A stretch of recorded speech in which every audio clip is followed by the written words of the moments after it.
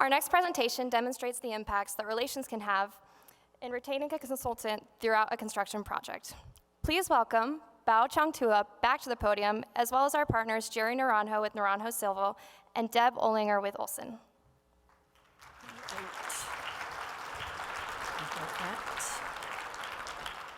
How was lunch, everyone? Was that good? My salad was extra good.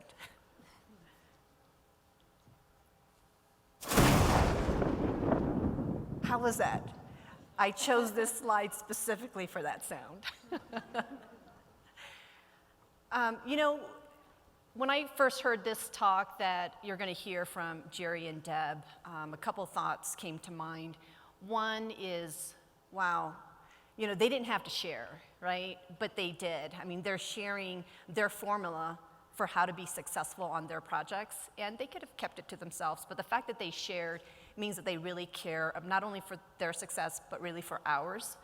The second thought was, it was empowering, and you'll know what I mean, in that I've got more control than I thought. And so I think with that, when we heard this at the Learning Community Advisory Council, thought it would be a good idea to bring this message to all of you as well, because you know, we are in a bit of uncertain times, even more so than in 2020 at the beginning of the pandemic, right?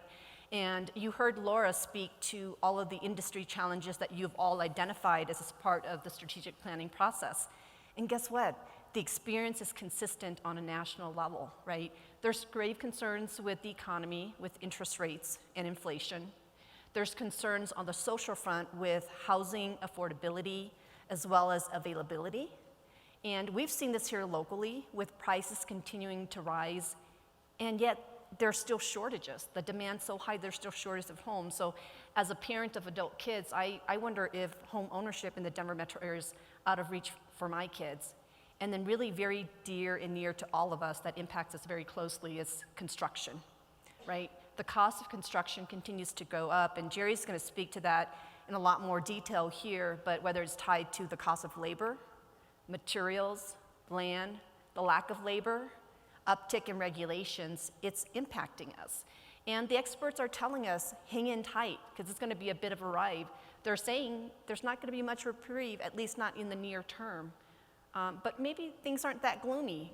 And so I want us to kind of listen to our local experts and some of their strategies on how to navigate these uncertain times that we are in, beginning with Deb Ohlinger with Olsson. Thank you. Good afternoon. It's a pleasure to be here with everybody. And here in this room, in this professional circle, we've been talking about relationships for quite some time now. It started back, well, it didn't start, but the thing I'm thinking about is John Burke with his RFP, Request for Personality, Dave Skudis with the Effective Client, our discussions about project partners, and a lot of the discussions that have been going on here today. And all of us here, I think, might say, oh, we work in kind of a technical field, and being in consulting, I would say that I work in a service field, but the farther I get into my career, I really consider myself to be working in the relationship business. And really, those relationships have a big effect on pretty much everything we do.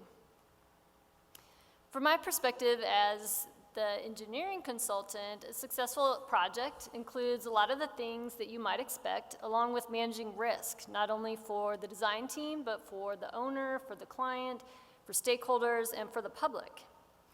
And our projects really start with the go, no-go process and that decision. And a lot of times it's kind of a gut feel, like, oh, we should or shouldn't go after this one, but it's really based on a lot of real considerations. Things like, do we have the expertise to do the job? Do we have a relationship with the client? How is that relationship? Did we know about the RFP before it came out? Can we win the project? Which that's a lot different than actually doing the project. So these projects can last several years, and really the ideal scenario is when we're working with someone who really trusts and enjoys working with us, and we trust and enjoy working with them. And a couple of examples how that plays out. We recently contemplated a project for the city of Aurora, and I really liked working with the PM that was going to be the PM on this project. We weren't really the front runner for the project, but that thought of working with this particular PM really weighed heavy in our decision making. And then on the flip side, if we have a hard time working with a particular individual or an entity, we're a lot more likely to pass on the project. The quality of those partnerships, when you're working with someone for that long, really affect day-to-day working conditions and the quality of life for our staff. So really, the better we know a client and their processes, the more we can fine-tune a scope, because when there's uncertainty, that is going to show up in the scope and the fee someplace. It has to go somewhere. Trust level also plays a big part in everything. If we think about things like, okay, if something comes up during the project and we have additional services that are needed, how easy or difficult is it for the client to be able to do an amendment for that? We hear, well, if I have to go to city council, I really don't want to do that. So there are strategies to, either set some money aside to be used with approval, or somehow, do we need to consider adding a little more time so our client doesn't have to do that? There are things that we think about. We think about other things like, what's the pattern of working with a particular client? Are there fire drills with the schedule where people work really long hours over the weekend and then the deliverable sits for months before somebody ever looks at it? If there's a delay on the client side, does the schedule shift for that, or are we expected to maintain that same schedule? Basically, if something happens on the project, are we going to be able to work together to solve the problem? So the higher the trust level, the lower the risk, and then the lower we are in terms of budget, basically. So when it comes to the nitty-gritty of developing a budget, I'm sure many of you in this room have your own methods and are well familiar with this process, but of course you start with really understanding the scope of what we're doing. And then after that, we typically talk with our teaming partners or internal teams to get them going on their scopes right away so we can all be working at the same time. There's always coordination that needs to be done at the end, and it's a little more time-consuming than you might think. If there's an RFP that has a scope, something we have to think about is, okay, if there are things we know that need to be done and fee is part of the selection process, do we merely just mention you're going to need these things and not include the cost, because then we're not going to compare very favorably to the other consultants? Those play in there. Then we get down to the nitty-gritty of, all right, what are the steps? How long is each step going to take? And you would think that would be kind of simple, but there are also considerations with things like, all right, well, when is this project actually going to start? Is it going to start in 2 months? Is it going to start in 8 months, 18 months? We think about who's available now, who would be available then, who has the expertise to do this project? How can we get our young engineers experience on a project and enhance their learning curve in the most efficient way possible? Is somebody going to pass the PE while they're working on it and they move to a different labor category? Kind of all those things play into the scope and budget. This is an example of a breakdown of a project we recently costed out and scoped. And as Dave Skudis pointed out, kind of gone are the days of, the engineering's going to be 10% of the construction budget. We have all these different aspects to project now that, big or small project, they need to be done. And it also includes a lot more coordination and communication time. It's interesting to note that the engineering and basically the design and fieldwork was about 80%, and the kind of more what you could call regulatory processes were more like 20%. And this is one that didn't really include a really intensive review process. Here's another example of a recent project that we completed, and just the design chunk of the project was around $130,000 worth of budget. And we assumed to get through the process it would take around 20% additional fee to do that, fee and time. And as it turns out, it was more like 40% on top of everything else. And it was interesting that our client, who works in one department, had commented something to the effect of, well, there's some pain here, nothing that really changes the design. So, $50-some thousand worth of time later, like, okay, we didn't change a lot with the design. And, full disclosure, we hadn't done detailed design with this client for a couple of years, so there were some things that we didn't really realize, and that was on us.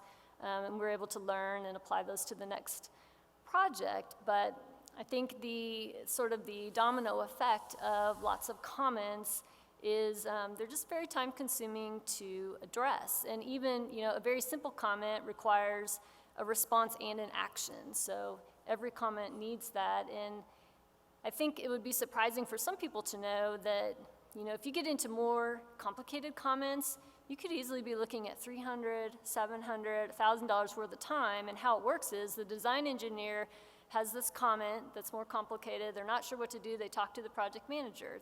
Then you might have a question and talk to the client PM. Then you need to talk to the reviewer. Then you need to talk to somebody who is empowered and authorized to make a judgment call. Then you might have conflicting comments from different departments, and then you're talking with a second reviewer, a second PM, and then you need someone really far up the chain to be able to make that decision based on their level of authorization and empowerment. So I think the thing that, you know, not only what it does is that it takes up time in addition to the budget. And for projects that we all work on together, sometimes that time, a couple of months delay in the design schedule can equal a year's delay in the construction time frame, because we want to hit, you know, the drier season, we want to hit the revegetation windows and all that. And really, the bottom line is I think everyone in this room, all the design teams really want to do a great job on, like Laura mentioned, projects that matter and projects that have purpose, like the type of work that we all do in here.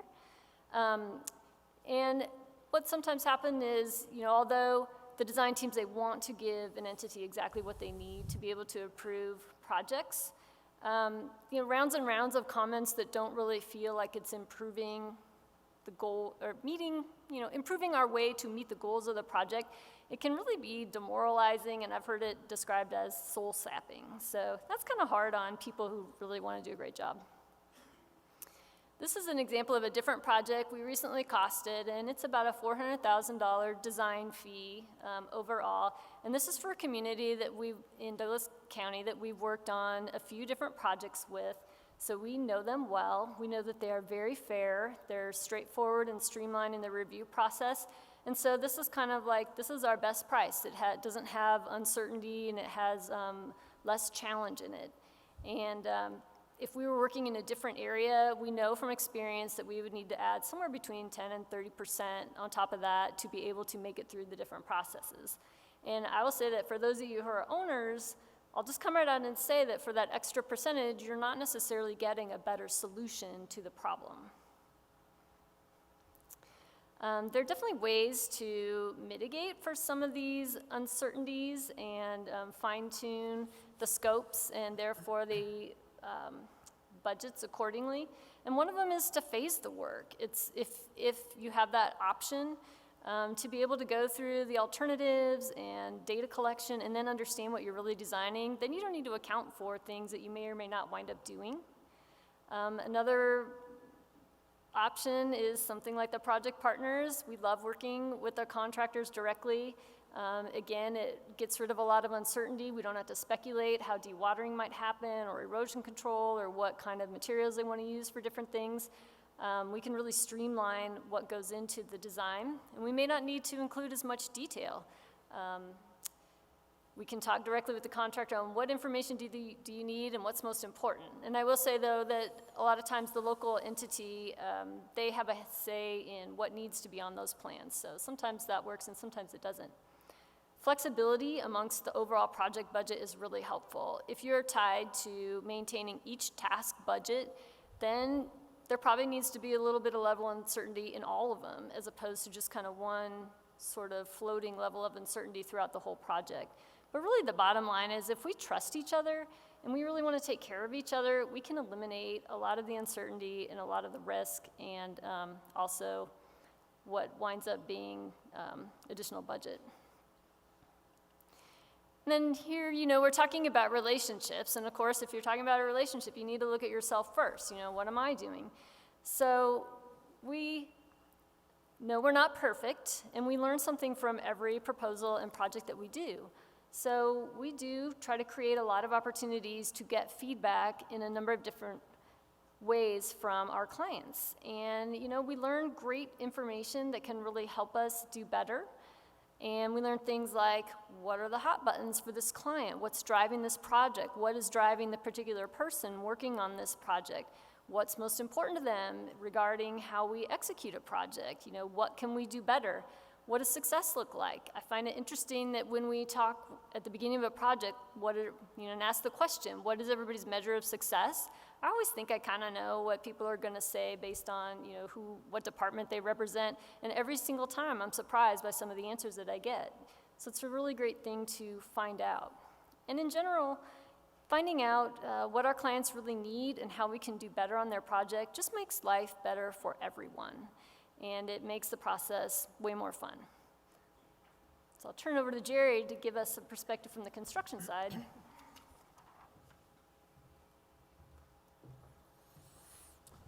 Thanks, Deb. Well, thank you for having me. I'm grateful to be up here, honored to be on the stage with Bao and Deb, two great partners who have a long history of project partnering and setting a great example for our industry. Well, let me start with a bold statement for today. The people in this room matter more than inflation, recessions, a banking crisis, crypto scandals, molehill scandals. Really? Who scheduled that? But that was a great project and a great example of project partnering in a different kind of way. But the people in this room are definitely capable of having more of an impact on construction costs than all of those things. Let's recap inflation. Let's kind of talk a little bit about that. That's what really generated this conversation and this presentation. So we talk about fuel spikes, and we've spent a lot of time analyzing that over the last couple of years, and we think we're in a stable place now where fuel prices are flat. But as soon as we say that, then OPEC cuts production, the US dollar is going to be kicked out as the petrodollar, so we never really know, right? We think we have a handle on it, and then the news cycle just reminds us that we have no control over any of that. Looking at concrete and aggregates, well, they've been on a steady climb up, and you see the numbers. Well, they're flat, and they've been flat for the last 3 months. So can we expect that that's going to happen? We're not 100% sure because there's been a lot of activity in mergers and acquisitions. So big companies coming in, buying up pits, that changes the price structure of what's going to happen in our marketplace. Prices get more volatile. They tend to go up before they come back down. They do stabilize over time, and we spend a lot of time trying to understand that and how we're going to account for that in the projects that we're going to build. So how does inflation and market conditions impact our construction budget? Well, let's look at what we built is the Naranjo bid tuner, okay? So the impacts of all of these things. So if you look at fuel, concrete, steel, labor, equipment, rock, you can turn the dials on those things as you're starting to bid a project and say, in 2022, what is this thing going to cost to build in 2023? Back in 22, we were in a bit more of a panic mode. So we were projecting maybe 10, maybe 12%. Going 23 into 24, we're thinking maybe we're going to be 6%. But we don't know. Like, we're not experts at any of that, and we really can do everything we want to do to turn these dials and make an estimate. But at the end of the day,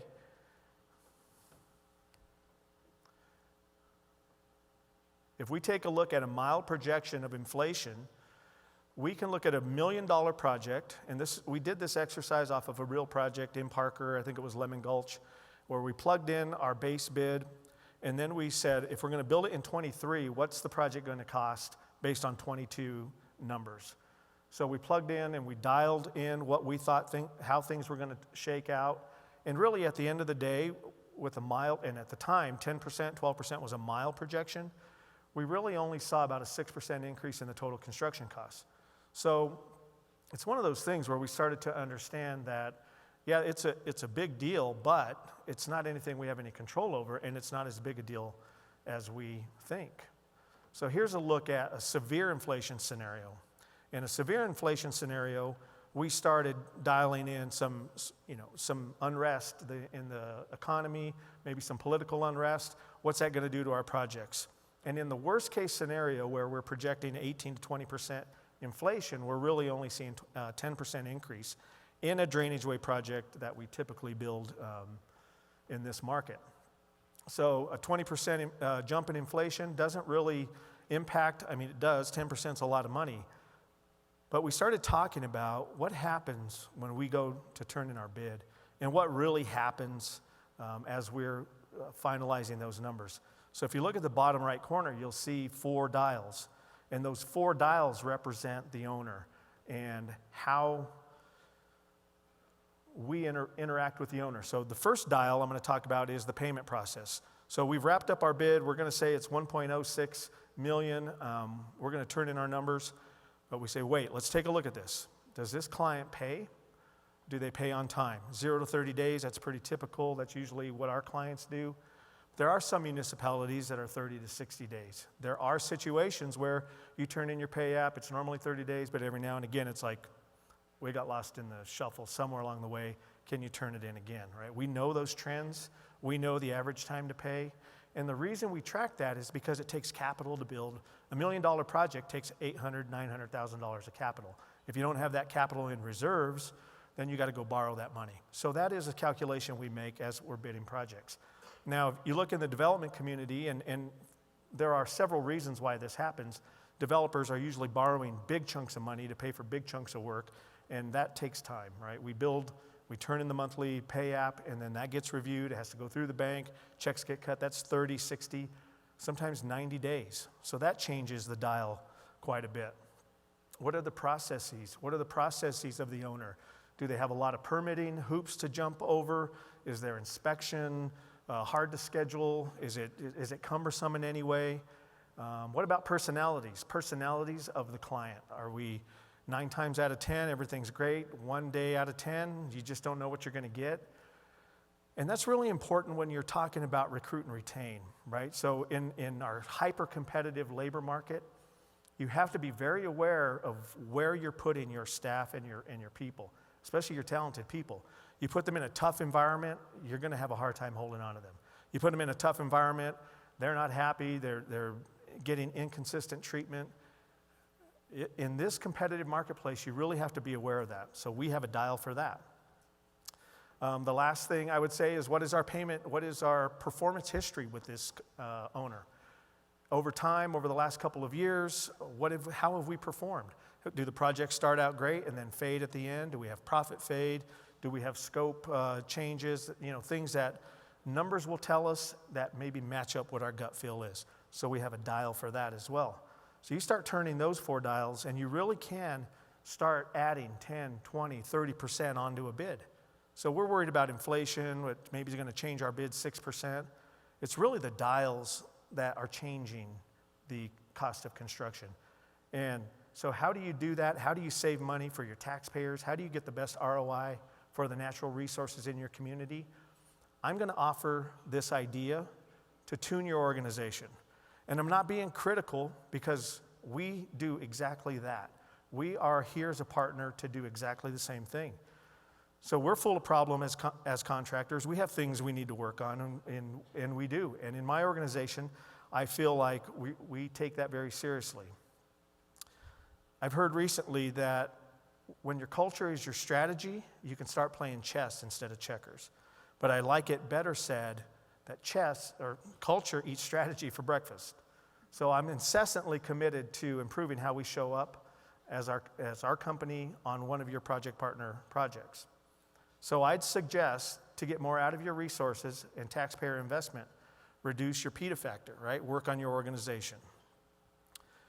And I'd like to share a personal story from my perspective. It's still a contractor's perspective, but it's because I apply it to our company and how we operate, but it's a very personal perspective. So I recently traveled to India with a group of like-minded entrepreneurs and leaders in their own fields. We had a chiropractor, a podiatrist, a spiritual thought shaman person, a plant medicine guide. I mean, we had very successful people, very opinionated people.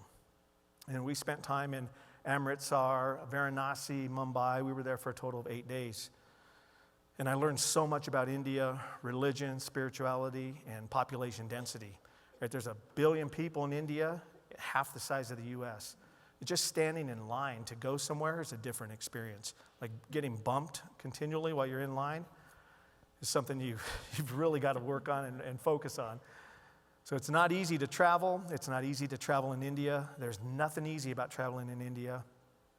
And the fact that there were 12 of us, we almost became a mini organization. And I hated it. Like I was looking at flights to get out of there. I have enough problems here to work on than to be here with these 12 people and try to work our way through India.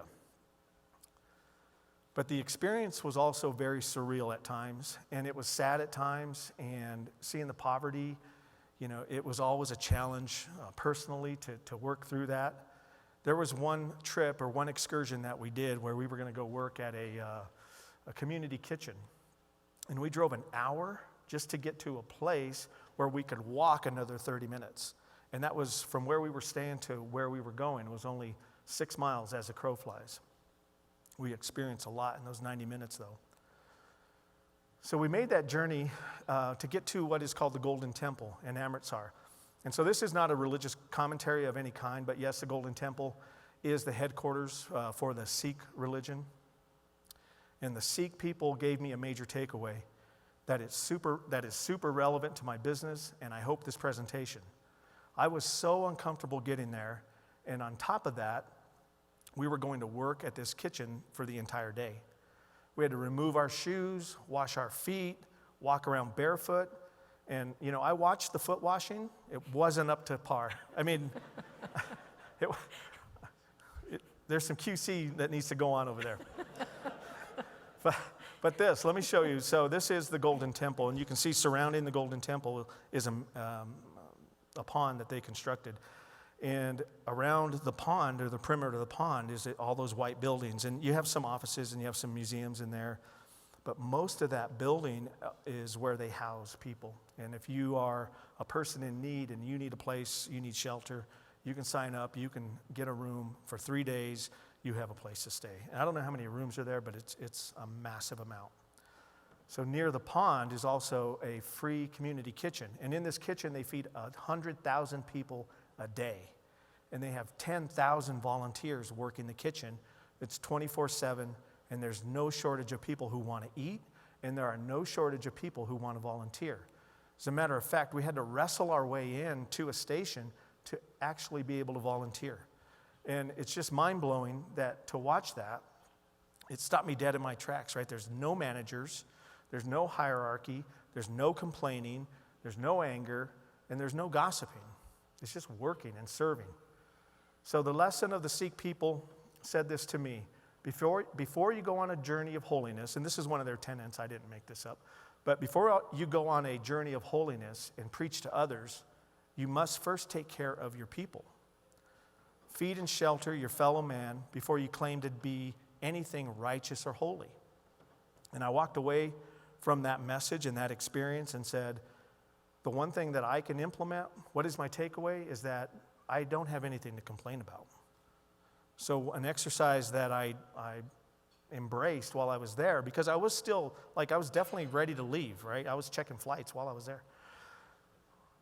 I said, I'm not going to complain for the next 24 hours. I'm not going to complain out loud, and I'm not going to complain in my mind. As soon as I start to do that, I'm going to wipe it away. So I have nothing to complain about. I have everything to be grateful for. So for one day, I did that. The next thing, and that felt amazing. It started to change my trip, right? The next day, I challenged myself, and this all came from, we had a mentor there and a mindset guru, and we just had a bunch of really great resources. One of the things I took away from one of our morning sessions is people love to gossip, and there are 12 people in this group, and man, they loved it. It was all out. They embraced it wholeheartedly. These are spiritual people, and we're gossiping, right?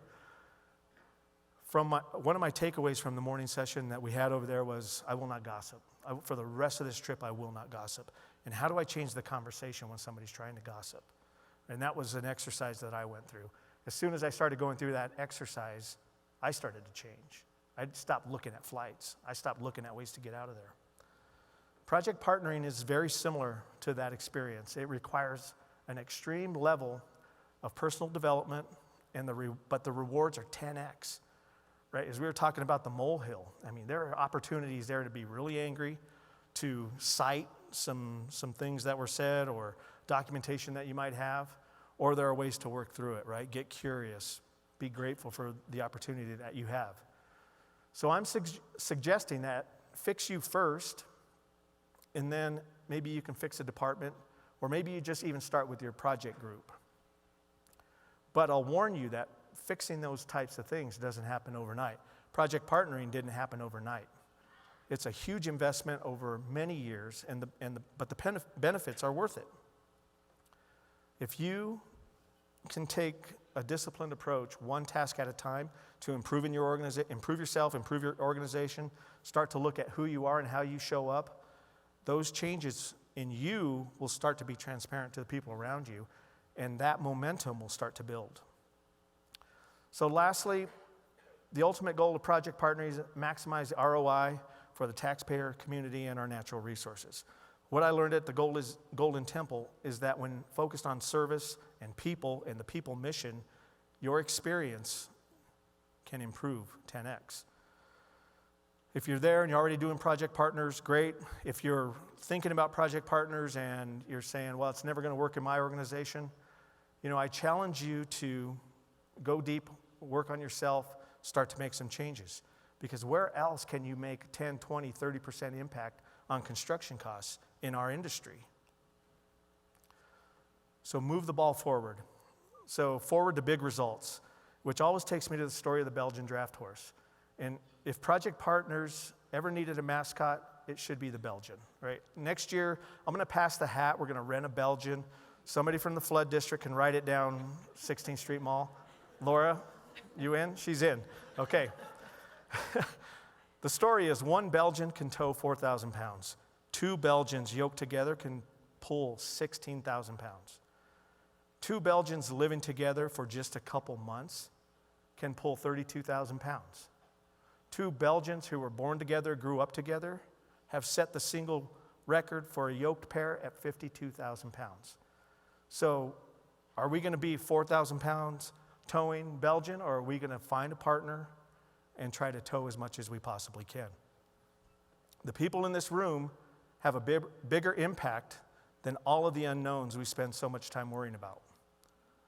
We owe it to the land, water, air, animals, and each other to try to accomplish that. So tune your organization, we'll tune ours, and we're always partnering and we're always pulling together. Thank you. And Bao has a couple words to close us out. And that was for you and Deb. I just want to say that message was great. I just want to recap what Jerry said, that really the folks in this room, we're chasing that 5 to 6% on inflation, right? We could save 20% on engineering, another 20% on construction. It's the folks in this room that makes a difference. So in closing, we just want to invite you to continue this conversation in the hallway. So come seek us out, or take this conversation to your organization, or bring it to us at our new Lakewood office, or take it to a platform like the Learning Community Advisory Council or CASFM. But we encourage you, let's continue this conversation, because really we do have control. And so we can focus the control back on the things that we do directly control, which is ourselves and our organizations. So thanks, Deb and Jerry, for having this conversation.